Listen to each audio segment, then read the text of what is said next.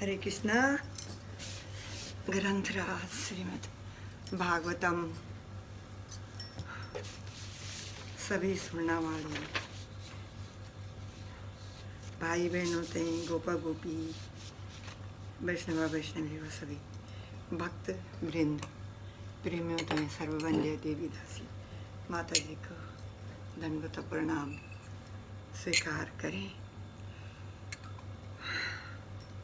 ओम अज्ञानतिमिरान्धस्य ज्ञानाञ्जनशलाकया चक्षुरुन्मीलितेन तस्मै श्रीगुरुवे नमः।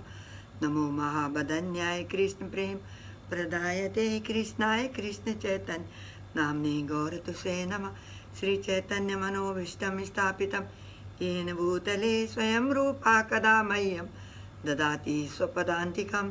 वन्देऽहं श्रीगुरो श्रीयुतापदकमलं श्रीगुरून् वैष्णवां च श्रीरूपं साग्रजातं सागण रघुनाथान्वितं तं सजीवं साद्वैतं सावधूतं परिजनसहितं कृष्णचैतन्यदेवं श्री राधाकृष्णपादान् सगणा ललिता श्रीविशाखान्वितां च।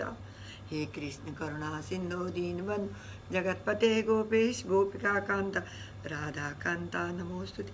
तप्त कांचन गौरंगी राधे वृंदावनेश्वरी वृषभानुसुते देवी प्रणमामि हरिप्रिये।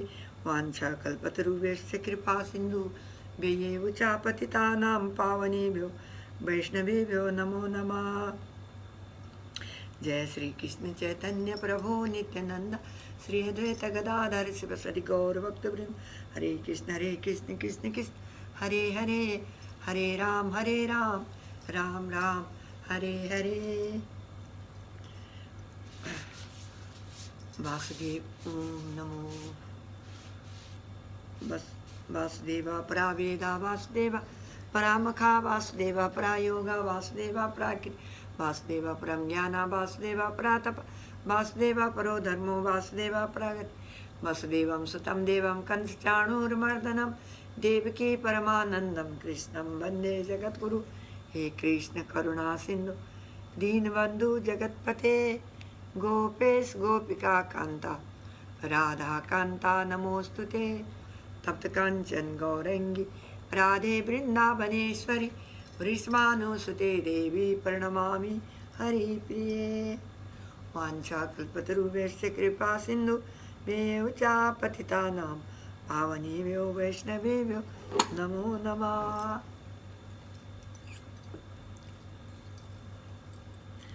जय राधा माधवा जय कुंज बिहारी जय राधा माधवा जय कुंज बिहारी जय राधा माधवा जय कुंज बिहारी जय गोपीजन वल्लभा जय गिरिवर धारी जय गिरिवर धारी जय गोपीजन वल्लभा जय गिरिवर धारी जय गिरिवर धारी जय गोपीजन वल्लभा जय गिरिवर धारी जय गिरिवर धारी। यशोदानंदन ब्रिज जन रंजन यमुना तीरा वनचारी यशोदानंदन ब्रिज जन रंजन यमुना तीरा वनचारी यशोदानंदन ब्रिज जन रंजन यमुना तीरा वनचारी जय राधा माधवा कुंजा विहारी। हरे कृष्णा कृष्ण कृष्ण हरे हरे राम राम राम हरे हरे कृष्णा कृष्ण कृष्ण हरे हरे राम राम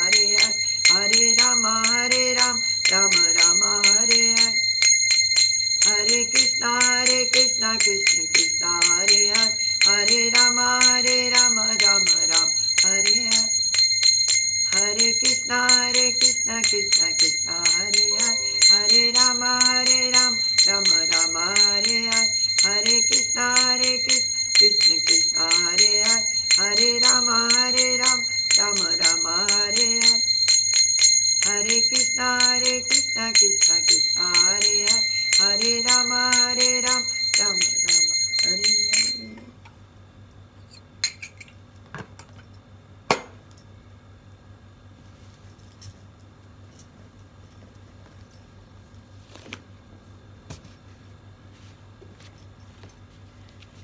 ग्रंथराज श्रीमद् भागवतम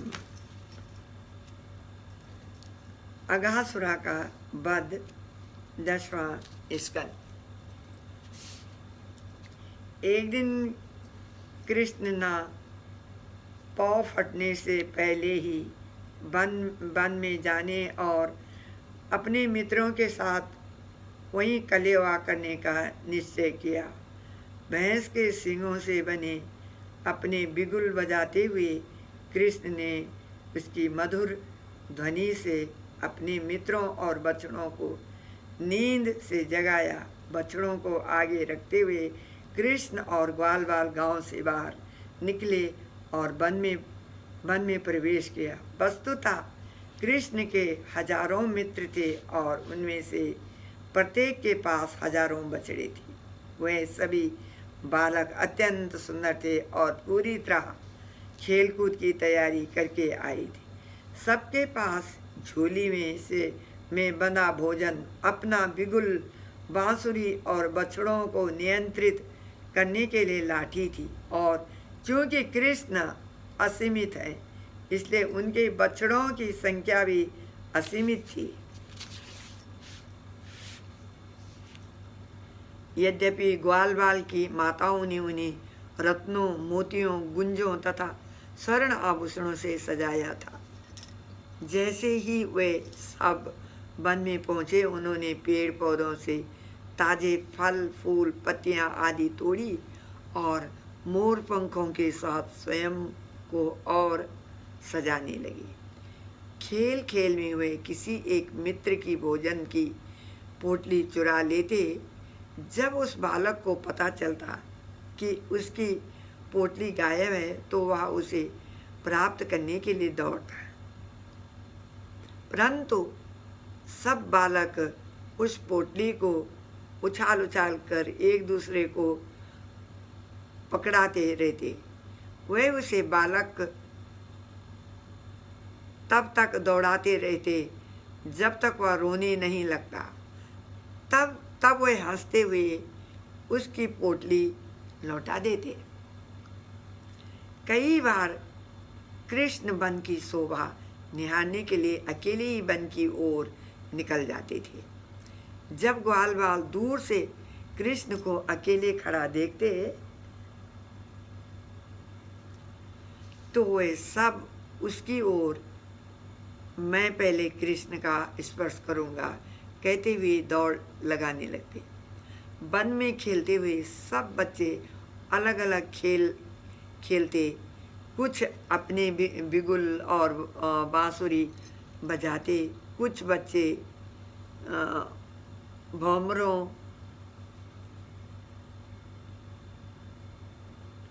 के गुंजन और कोयल की गूंज की नकल करते। कुछ बच्चे आकाश में उड़ रहे पक्षियों की भूमि पर पड़ने वाली परछाई के साथ साथ दौड़ लगाते और कुछ अन्य बच्चे हंसों के चलने तथा पंख फड़फड़ाने की नकल करते। कुछ बच्चे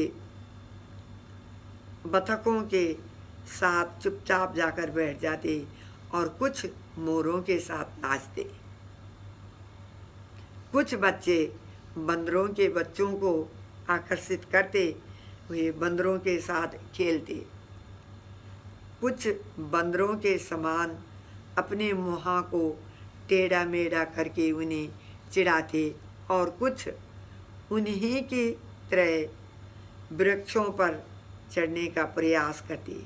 कुछ बच्चे नदियों पर जाते और बहते झरनों को पार करने का प्रयास करते। कुछ अन्य बच्चे मेंढकों के समान छलांग लगाते और अपनी परछाई को जल में देखकर खिलखिलाकर हंस पड़ते।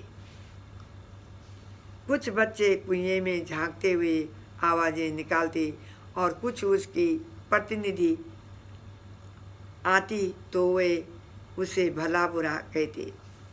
इस प्रकार कृष्ण के मित्र बनकर खेल रहे उन ग्वाल बालों ने निश्चित ही अपने पूर्व जन्मों में ढेर सारे पुण्य अर्जित किए होंगे। भला इस संसार में कौन उसके सौभाग्य की गणना कर सकता है।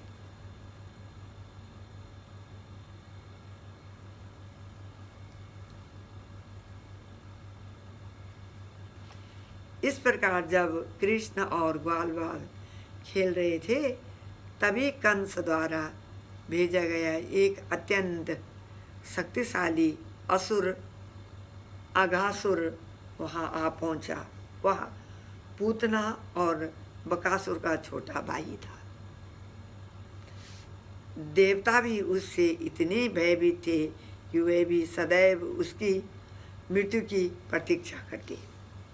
जब अघासुर ने देखा कि ग्वाल बाल खेल कूद में कितना सुख ले रहे हैं, वह इसे सहन नहीं कर पाया। अघासुर ने सोचा, इस कृष्ण ने मेरे भाई और बहन का वध किया है और जब तक मैं इस कृष्ण का उसके सब मित्रों सहित वध नहीं करूँगा तब तक मेरे मृत भाई बहन की आत्मा को शांति नहीं मिलेगी।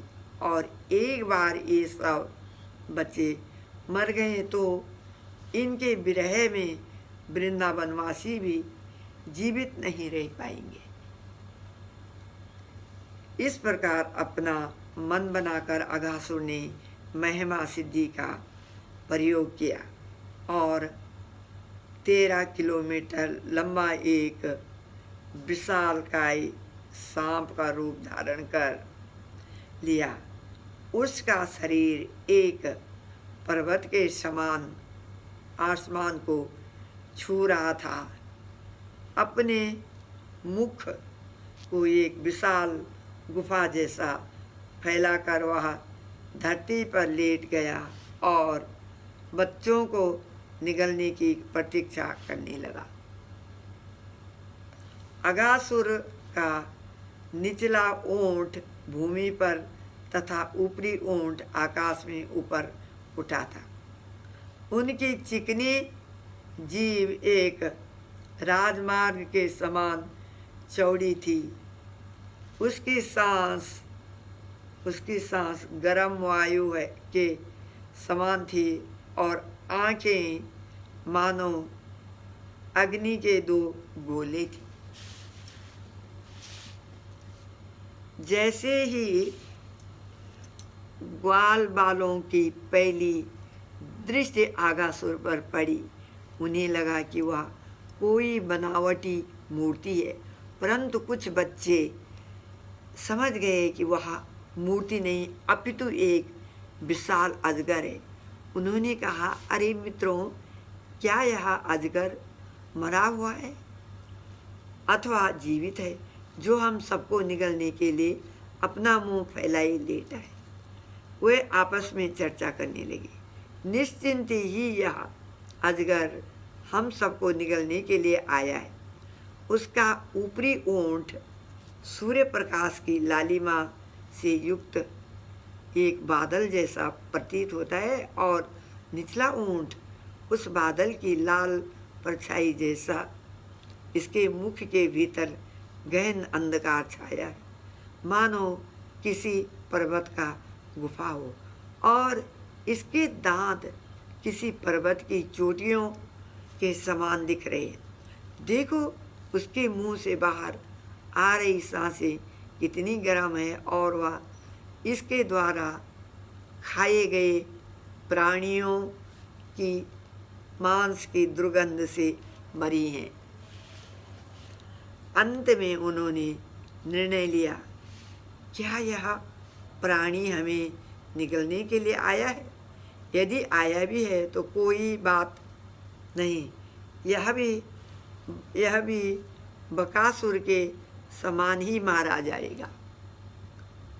ग्वाल बाल ने श्री कृष्ण के सुंदर मुख की ओर देखा और जोर जोर से हंसते और तालियां बजाते हुए उस अजगर के मुख में प्रविष्ट हो गए। उन बालकों को कृष्ण पर पूरा भरोसा था, क्योंकि उन्होंने प्रत्यक्ष देखा था कि कैसे कृष्ण ने बकासुर से उनकी रक्षा की थी। वास्तव में वे उस असुर के मुख में प्रवेश करने तथा बाद में कृष्ण द्वारा बचाए जाने दोनों का आनंद लेना चाहते थे। कृष्ण ने भला आगासुर की पहचान कैसे छिपी रही सकती थी, इसलिए उन बच्चों की बातें सुनते हुए कृष्ण थोड़े चिंतित हो गए कि कहाँ ये बालक सच में उस असुर के मुख में प्रवेश न कर जाएं। वह उन्हें रोकने पर विचार कर रहे थे कि सब बच्चे कूदते फांदते अपने बछड़ों के साथ अगासुर के मुंह में जाने लगे। उन सबको निगलने के बाद भी अगासुर अपना मुंह खोले पूर्ववत लेटा रहा। वह कृष्ण के अंदर प्रवेश करने की प्रतीक्षा कर रहा था। जब कृष्ण ने देखा कि बिना अधिक विचार किए सब बालक निसहाय रूप से उस असुर के पेट में पहुंच चुके हैं, क्षण भर के लिए वे चिंतित हो उठे। उन्हें समझ नहीं आया कि अब क्या करना चाहिए। कृष्ण के लिए अपने मित्रों से विरह असहनीय थी, परंतु वह सबको उन्हीं की योग माया का रचा हुआ खेल था। कृष्ण विचार करने लगे, क्या करूं? मुझे इस असुर का वध भी करना है, परंतु उसके पेट में मूर्छित पड़े मेरे मित्रों को भी कोई हानि नहीं पहुंचानी चाहिए। इस प्रकार विचार करते हुए कृष्ण भी अगासुर के मुख में प्रविष्ट हो गए। यह देखकर बादलों के पीछे छिपकर पूरे दृश्य को देख रहे देवगण शोकातुर हो चिल्लाने लगे, हाय हाय, और कंस जैसे असुर हर्षित हो उठे। देवताओं की चिल्लाहट को सुनकर कृष्ण ने आगासुर के पेट में पहुंचकर अपना आकार बढ़ाना आरंभ कर दिया। वह देखकर वह असुर भी अपना आकार बढ़ाने लगा, परंतु उसका प्रयास विफल रहा। कुछ ही क्षणों में उसकी सांसें थम गई, दम घुटने लगा और आंखें अपनी कोटरों से बाहर निकल आई। शरीर के किसी भी छिद्र से बाहर न निकल पाने के कारण उस असुर की प्राणवायु अंत में उसके सिर को फोड़कर बाहर निकल आई। उस समय कृष्ण ने अपने मृत बछड़ों और ग्वाल मित्रों को देखा और वे सब तुरंत उठकर खड़े हो गए और तब मुक्ति प्रदान करने वाले भगवान मुकुंद उन सबके साथ उस असुर के मुख से बाहर आ गए। आगासुर के विशालकाय शरीर से एक जीवन ज्योति बाहर निकली और उसने चारों दिशाओं को प्रकाशित कर दिया। जब तक कृष्ण उस असुर के मुख से बाहर नहीं आ गई, तब तक आकाश में प्रतीक्षा करने के बाद वह ज्योति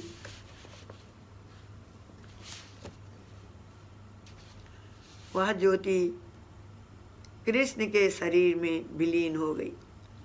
श्री कृष्ण द्वारा वध किए जाने के कारण अघासुर को मुक्ति प्राप्त हुई।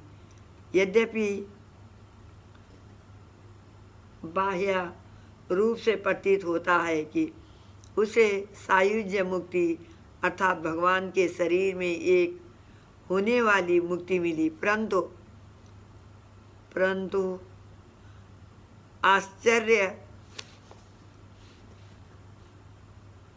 आचार्यगण बताते हैं कि उसे सारूप्य मुक्ति मिली, अर्थात उसे वैकुंठ में स्वयं भगवान विष्णु जैसा रूप प्राप्त हुआ। वह दर्शाता है कि जीवन के अंत में आगासुर ने भक्तिपूर्वक श्री कृष्ण का चिंतन किया था।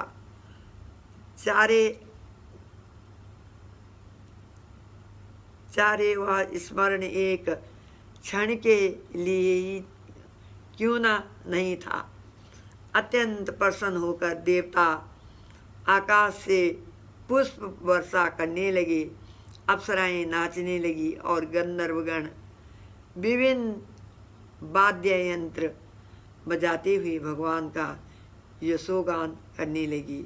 और यहाँ पृथ्वी पर ब्राह्मण भगवान का गुणगान करते हुए वैदिक मंत्रों का उच्चारण करने लगे।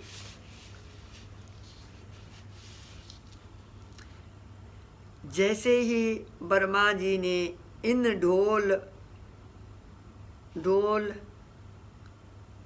धमाकों की आवाज़ सुनी, वे तुरंत सारा नज़ारा देखने के लिए नीचे आ गए। श्री कृष्ण का इतना गुणगान होता देखकर वे पूरी तरह विस्मित एवं आश्चर्यचकित रह गए। श्री कृष्ण पूर्ण पुरुषोत्तम भगवान है और इस संसार में नंद और यशोदा के रूप में अन्य सेवा जन्म लेना, नंद और यशोदा के रूप में जन्म लेना उनकी महान कृपा का एक उदाहरण है।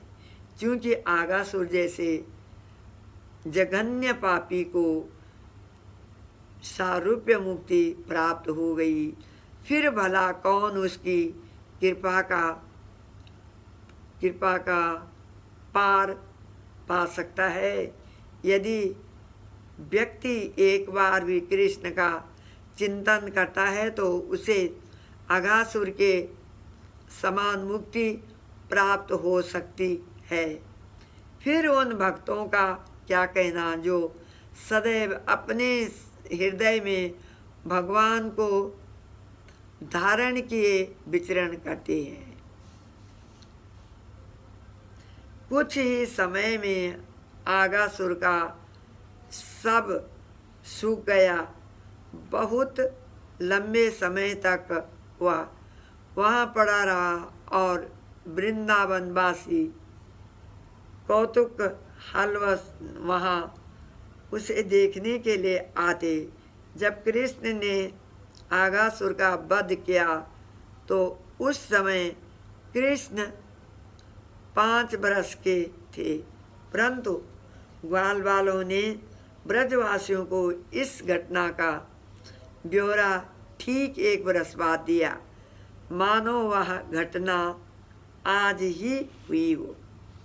यह सुनकर महाराज परीक्षित ने पूछा, यह कैसे संभव है कि कृष्ण ने कौमार अवस्था जब से 5 वर्ष के थे में अगासुर का वध किया और ब्रजवासियों को उनकी पौगंड अवस्था जब वे 6 वर्ष के थे में इस घटना का इस प्रकार पता चला मानो वह उसी दिन हुई थी। गुरुदेव, मेरे मन में इस विषय को जानने की बड़ी जिज्ञासा है। प्रतीत होता है कि यह भगवान की माया शक्ति का ही एक और खेल है। अपने अंतकरण में श्री कृष्ण का स्मरण करने के कारण सुखदेव गोस्वामी क्षण भर के लिए अपनी बाह्य चेतना खो बैठे थे।